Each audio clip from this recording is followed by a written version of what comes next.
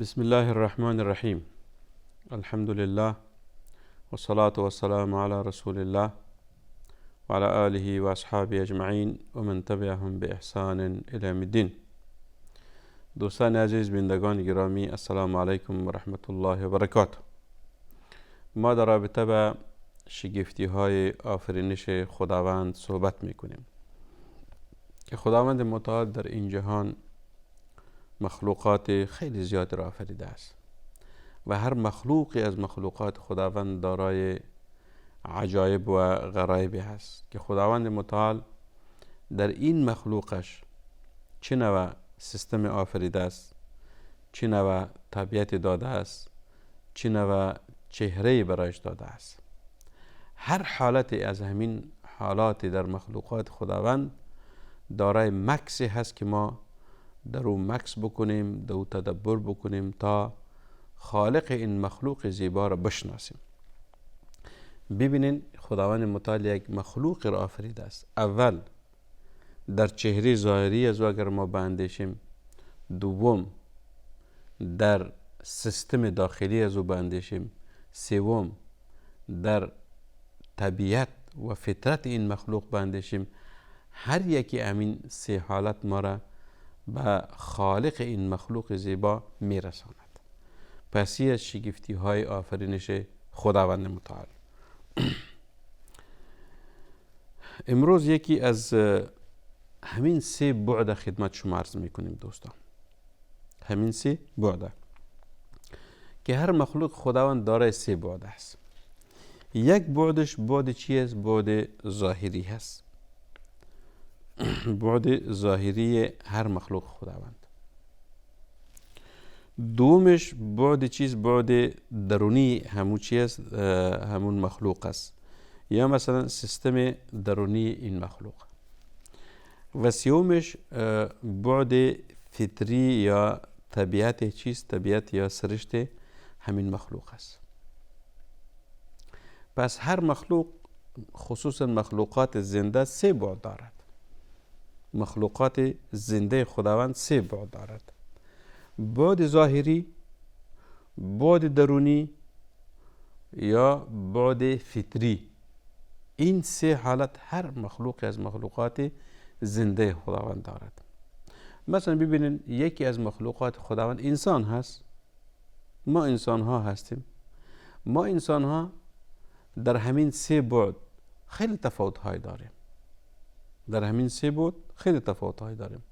مثلا بعد ظاهری ما چیست؟ یعنی هیکل بیرونی انسان هست، شکل بیرونی انسان هست که در شکل بیرونی چی شامل است؟ مثلا ببینید سر انسان هست، دستهای انسان هست، پاهای انسان هست، مثلا شکم انسان هست، قفسه سینه انسان هست. این چیز شکل ظاهری انسان است که مثلا اعلاترین عضوی که در بدن ما سر است. در سر انسان چی است؟ مثلا گوش هست، چشم هست، دهان هست. در دهن انسان زبان است، دندان ها هست. در داخل سر انسان باز دیگه چیز هست، دیگه سیستمی است. جمجمه هست، در داخل جمجمه مغز انسان هست، مغز هست، حافظه هست، ذاکره هست. این شکل ظاهری ما انسان ها هست. دو دست داریم، دو پا داریم. بعد از اون مثلا قفسه چیز؟ قفسه سینه انسان است که در زیر قفسه سینه قلب انسان است، شش است، ریه ها هست و در او کم پایین در بریم کلیه ها هست یا گرده هست. بعد از او روده ها هست، روده های بزرگ خرد است، معده انسان است. این چیز یعنی این شکل ظاهری ما انسان هاست که انسان یک مخلوق خداوند است. انسان یکی از مخلوقات خداوند است. ببینین شکل بیرونی ما به چه شکل است.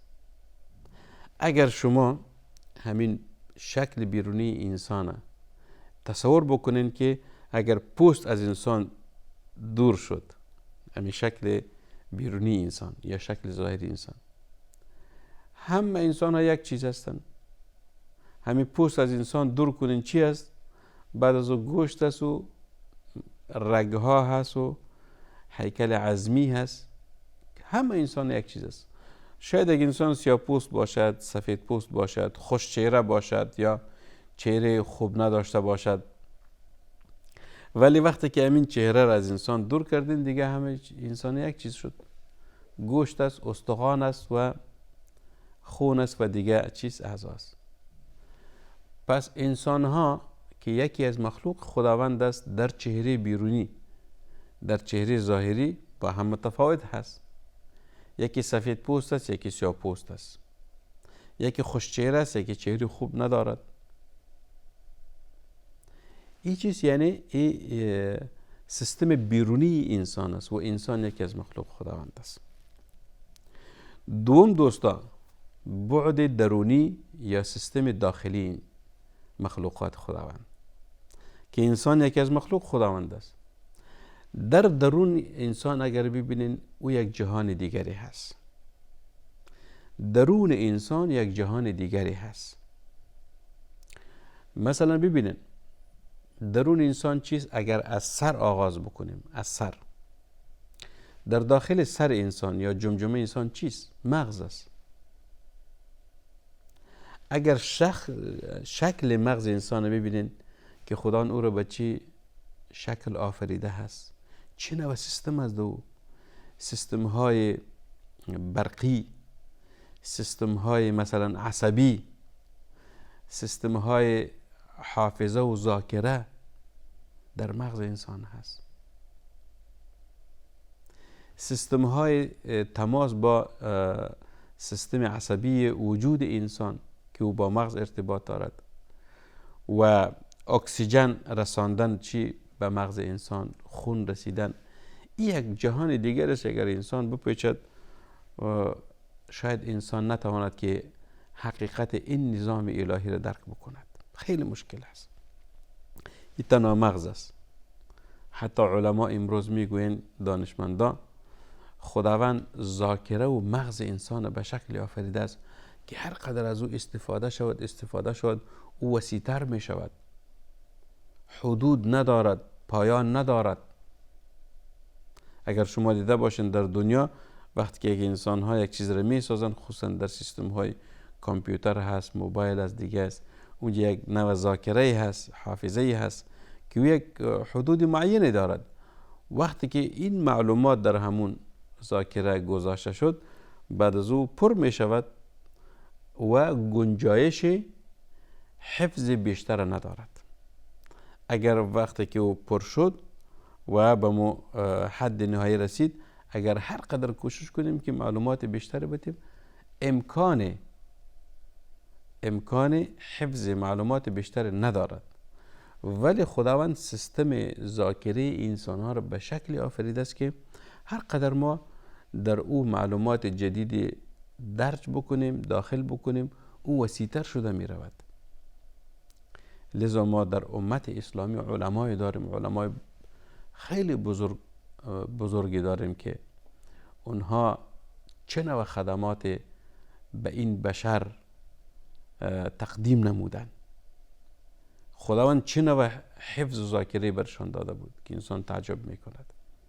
این چیز یک جزء از اجزای درونی ما انسان هست که او رو ما چی میگیم؟ سیستم مغزی میگویم. اگر از سیستم مغزی پایین بیایم ببینین، چشم انسان یکی از مهمترین اعضای بدن ما هست. چشم، توسط چشم میبینیم، توسط چشم این جهان بزرگ و پهناور را میبینیم، توسط چشم خوب بد میبینیم، دور و نزدیک میبینیم، خیر و شر میبینیم توسط چشم. این چشم خداوند چه نوع سیستم خداوند او آفریده است؟ یکی سیستم بیرونیش است و یکی سیستم درونیش است. ببینید چشم چی میکند برای ما؟ اشکال، رنگ‌های مختلف را چی میکند؟ تفکیک میدهد، تفکیک میکند. این رنگ سفید است، این سرخ است، این زرد است، این سبز است، این آبی هست، این نیلی هست، این سرمه‌ای هست، سیاه هست. این رنگ ها را کی تفکیک میکند؟ چشم انسان تفکیک میکند. سیستم چشم به چه شکل است؟ از درون او یک جهان دیگری است که اگر انسان به او بپردازد شاید درک نکند که خداوند متعال این عضو بدن ما را به این شکل آفریده است.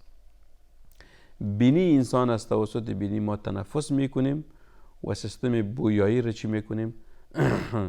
از هم تفکیک میکنیم. بینی هست مثلا یکی از وظایفش چیست؟ ما هوا تنفس میکنیم توسط بینی، اکسیژن تنفس میکنیم. در عین وقت سیستم بویایی را خداوند متعال در بینی ما آفریده است. شما ببینید یک عطری که انسان بو میکند او را میداند که بسیار بوی خوبش دارد.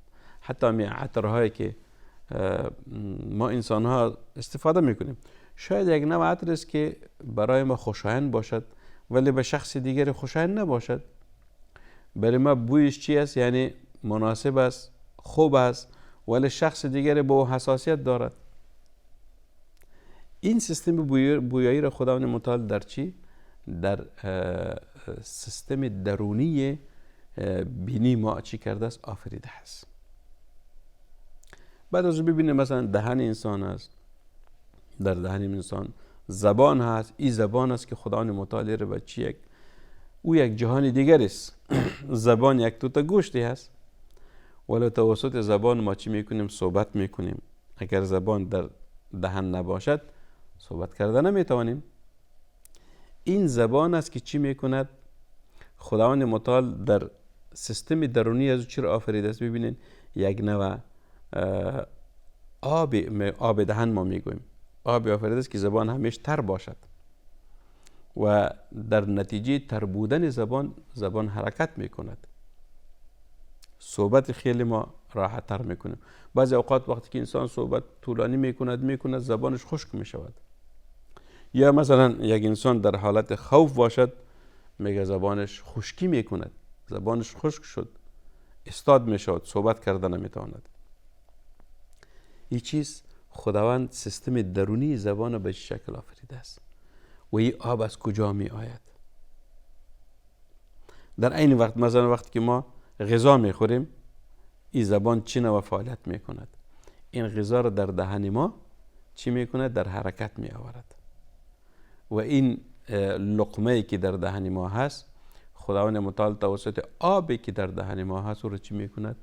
او را به شکل درست میکند که ما به شکل آسان و خوب او را بلع بکنیم و قرط بکنیم.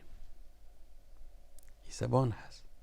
اگر از زبان پایین بیایم دوستا، در حلقوم ما چی است؟ در گردن ما مثلا یک پیپی هست که او اکسیژن برای اها میرساند. دیگهش پیپی هست که او را چی میکند؟ او غذا را به معده میرساند. دو نوع پیپ های هست. یک وظیفش اکسیژن به ریه ها میرساند، دیگهش غذا را به معده میرساند. و هر دوش از یک دهان چی است؟ بعد از او موقعیت از او هست. خداوند متعال این را به شکل آفریده است. این سیستمی چیست؟ سیستم درونی هست. بعد از اگر پایین بریم سیستم ریه ها هست یا ششها هست. قلب است. قلب چی نوع وظیفه را انجام میدهد؟ وظیفه قلب چی است؟ که خون فیلتر میکند، خون پمپاد میکند، به چی میرساند؟ به تمام سلول های بدن میرساند. این حرکت خون در بدن ما که است وظیفه قلب است. قلب وظیفه را به دوش دارد که باید به تمام سلول های بدن ما خون برسد. اگر خون نرسد این عضو از اعضای بدن ما فلج می شود. می شود. حتی مثلا میگوید که فلانی سکته مغزی کرد، فلانی سکته قلبی کرد. قلب که استاد شد خون استاد می شود. خون که استاد شد بدن ما از حرکت می افتد، انسان می میرد. این وظیفه قلب است. اگر با پایین بیایم معده انسان است. معده چیست؟ معده همون غذا را که ما نوش جان می کنیم. این وظیفه معده است که او را چی می کند؟ او را هضم می کند، مفید میگذارد، غیر مفید از بدن انسان خارج می کند. این یک جهان دیگر است دوستان. سیستم درونی انسان ها و تمام مخلوقات زنده. انسان یکی از مخلوقات خداوند است. انسان یکی از مخلوقات خداوند است. ببینید یک مخلوق دیگری زنده را هم خدمت شما شرح میکنیم که مثلا در دنیا در خشکه چند نوع مخلوقاتی است. یکی انسان است، یکی حیوانات است.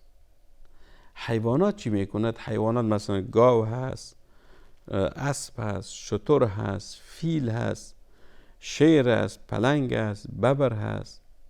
این حیوانات میگوییم. سیستم حیوانات اگر ما شما فکر کنیم که خداوند متعال یکی چهره ظاهریشان به چه شکل است و سیستم درونیشان به چه شکل است. تقریبا سیستم زندگان ها با هم خیلی نزدیک است از نگاه درونی. مثلا ببینین انسان است، قلب دارد. شیر هست، قلب دارد. گاو هست، قلب دارد. گوسفند است، قلب دارد. فیل است، قلب دارد. پس سیستم درونی یک چیز شد. شش دارن اینها، معده دارن اینها. از نگاه سیستم درونی با هم یک چیز است. از نگاه سیستم درونی یک چیز است. مثلا ببینین یکی زن است، یکی مرد است. در دیگر زندگان ها هم زن و مرد است یا نر و ماده هست. نر و ماده هست که خداوند هر دو رو به یک شکل خاص آفریده است. دو زندگان نر و ماده را. و چیز دیگری، مخلوق دیگری که در خشکی است او را پرنده ها میگویند دوستا. پرنده ها یک جهان دیگری هست که او با حیوانات متفاوت هست. سیستم آفرینش پرنده ها متفاوت است نسبت به چی؟ نسبت به حیوانات. انسان هم حیوان است و دیگر چهارپایه هم از جمله حیوانات میان، ولی انسان حیوان دو پا هست و دیگر حیوانات چهارپا میگن، با چهارپا حرکت میکنن. گاو است، گوسفند است، شتر است، اسب است، دیگر مخلوقات. ولی در سیستم درونی اینها چی هستند؟ با هم یکسان هستند. در سیستم درونی یکسان هستند. ولی پرنده ها متفاوت هست. شما هیچگاه پرنده را ندیدین که او چهارپا باشد. تمام پرنده ها دو پاست مثل انسان واری. و حتی شکل بیرونی و سیستم درونیش هم متفاوت است نسبت به چی؟ به حیوانات، انسان ها و دیگه چهارپاها که انشاءالله در آینده خدمت شما عزیزان عرض میکنیم. پس دوستان عزیز، شگفتی های آفرینش خداوند در این جهان خیلی زیاد هست. هزاران میلیون ها مخلوقات خداوند است. اگر ما دو فکر کنیم، تدبر بکنیم، با خالق این مخلوقات ما را میرساند که فتبارک الله احسن الخالقین. خداوند ذات است که بهترین مخلوقات به من زیبایی هایشان آفریده هست. و صلی الله و سلم و بارک علی سیدنا و نبینا محمد صلی الله علیه وسلم.